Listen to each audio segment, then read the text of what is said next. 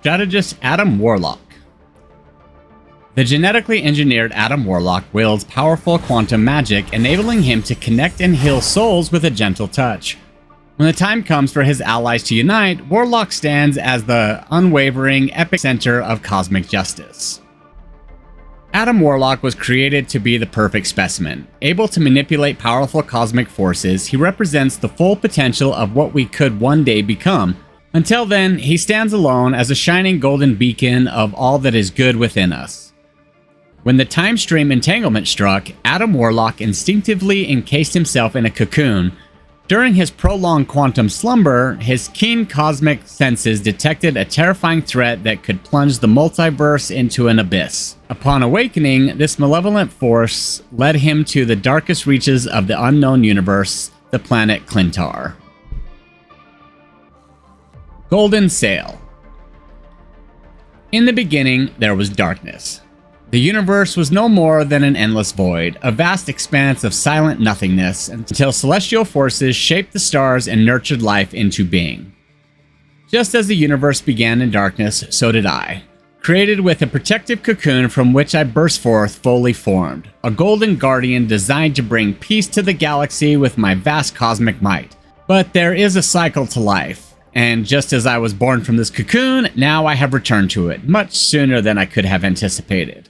My cosmic awareness sensed that something was amiss, a great disturbance in the fabric of time and space itself. As multiple realities and timelines became entangled, I reflexively shielded myself within this protective shell. If I truly hoped to fulfill my ultimate purpose, then I would have to bide my time and build my strength for the trials ahead. But what would they be? Even with my deep connection to the primal forces of the universe, I was both literally and figuratively in the dark once more. As I slumbered within my restorative sheath, it became a wayward vessel floating through the cosmos. I was no longer in control of my own destiny, merely a passenger adrift on the currents of fate. The silence out among the stars brought a sense of tranquility I had not experienced since before my birth. The serenity would not last long. Adam. A voice called my name, echoing not in my ears, but inside my mind. Whoever was calling me was reaching out across the void with a psyche even more powerfully attuned than my own. "We are not so different, you and I," the voice continued. "We both slumber while the multiverse burns around us. Some gods we are." As the powerful words pulsed within my brain, an image began to form in my mind's eye. A man confined to a sacred chamber, not quite a cocoon like my own. His was nearly as old as time itself, yet similar in many ways.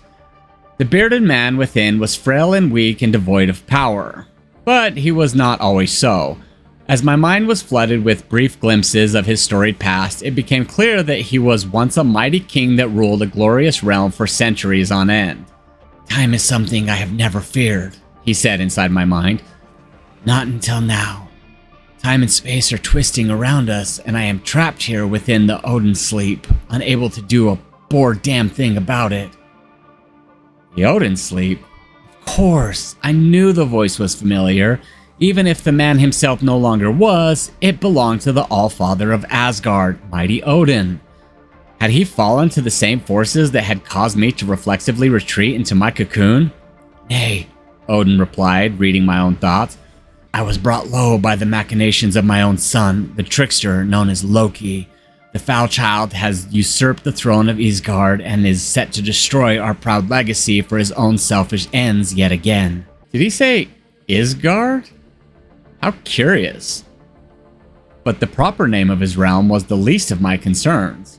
While the rage that the Allfather felt about his son's actions was palpable, there was something more beneath it, a deep concern that spanned far beyond the realm he once ruled. "You too are preparing for a battle when you awaken, Golden One," Odin said. "And while my son may indeed test your mettle, he is not but a distraction from your true enemy. There is a darkness in the cosmos, Adam, one far deeper than that of our slumbers. I have felt it trying to creep its way into my realm, even into my own dreams. Should it be set loose, I fear that it will corrupt all it touches, snuffing out the stars themselves until nothing remains." What could he be speaking of? I called out to Odin for an answer, but his voice had muted to nothing more than a distant echo. As my cocoon drifted far past that embattled realm of Isgard, I left a small fraction of my soul's energy behind with the sleeping Odin. A hint of light to keep the darkness he spoke of at bay, I prayed it would be enough. Now that my cosmic awareness had been fully awakened, I could sense another empire on the horizon. This one was not nearly as ancient as Odin's realm, yet its own god seemed just as eagerly to call my name. "Warlock," she said with a growl of disdain. "You have come a long way to die." Was I being threatened merely for passing through this space? How rude! "The intergalactic empire of Wakanda shall not harm you, traveler," the voice continued, "but those beyond our borders will not be nearly as kind. Of that, you have Bast's word." Bast? The Panther goddess? A member of the Orisha and pantheon of deities worshipped by the people of Wakanda? But last I recalled, Wakanda was merely a nation on the planet Earth, not an interstellar civilization. Could I have drifted into another reality? "More precisely," Boss interrupted, "other realities have drifted to you. This time stream entanglement has brought us together from across a multitude of planes.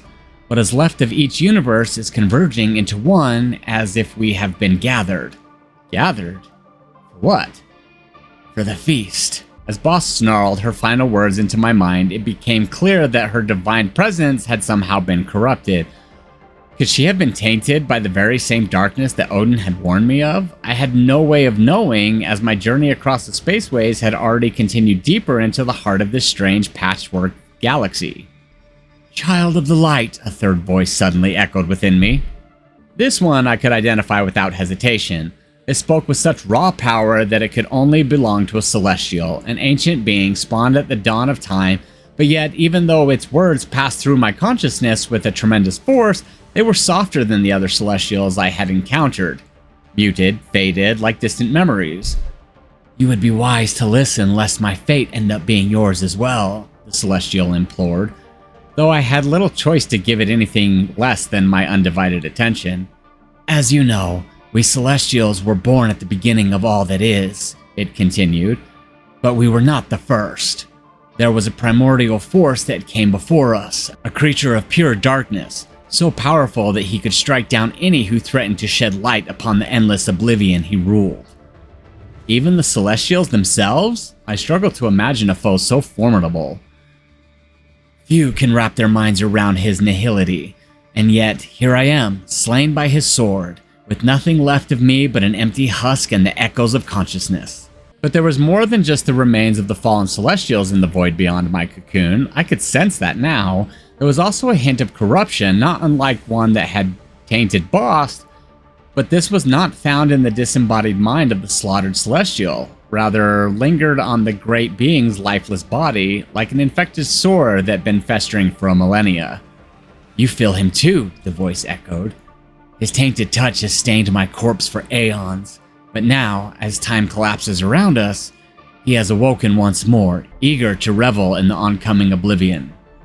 I have called out to others like you, great cosmic forces, ancient warriors, even the gods themselves, for help in containing his eternal blackness, but they have either retreated or succumbed to his poison. Perhaps you will fare better." Hoping the Celestial was right, I reached out with my mind, desperate to identify the source of this cosmic impurity, but my thoughts became clouded as I heard the Celestial scream a final warning. "Beware, child of the light, he has found you." "Who? Who has found me?" The Celestial did not answer, but another voice did, with a tone of 1,000 times darker than the blackness within my cocoon. "Null." As he spoke his own name, I could feel his dark tendrils digging into my mind. This ruler of the void, this king in the black, had awakened somewhere and was dragging me towards him. Try as I might, I could not escape his grip. "Do not give up hope, child," the Celestial said, its voice rapidly fading. "You will not be alone." Suddenly, a burst of cosmic fire erupted through the heavens, producing a flash so brilliant that it pre-meted the walls of my cocoon.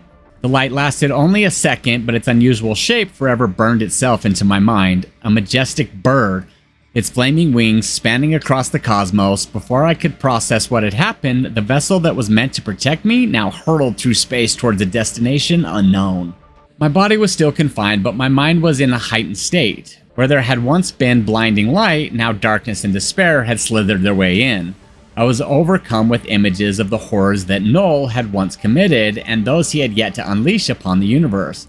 I could see his past and his future, but what of his present? That, it seemed, was shrouded in mystery, a void greater than Noel himself. Suddenly, my journey across the galaxy came to a violent end as my vessel made impact against the most unusual surface. Was this a planet? No. I could feel it writhing around me as if it were alive, and more, I could feel Noel's sinister presence closer than ever. Wherever I was, he was as well. Before my cocoon could be dragged beneath the churning sea of oblivion surrounding it, a single crack appeared above me. Where before there was nothing, now there was the faintest glow. The faintest hope I pushed through, emerging from my cocoon to gaze upon the surface of a world teeming with alien life. And as my mind touched their hive mind, it all became clear. This was Clintar, the planet of symbiotes. It was here that Noel was once worshipped as a god. It was here that his own followers imprisoned him aeons ago. And it was here that he was biding his time, regaining his strength in hopes to break free and claim his prize once more. Perhaps he had dragged me here to snuff out my light before it could drown out his shadows. But he made a grave miscalculation.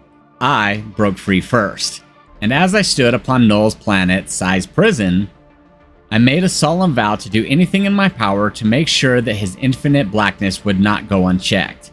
In the beginning, there was darkness, but in the end, there will be light, and I shall be the one to help it shine. Guardian Revival. Mantis once transcended her physical form, becoming pure energy when her time as the Celestial Madonna concluded. Peter Quill once became Master of the Sun, unlocking even deeper power through his alien physiology.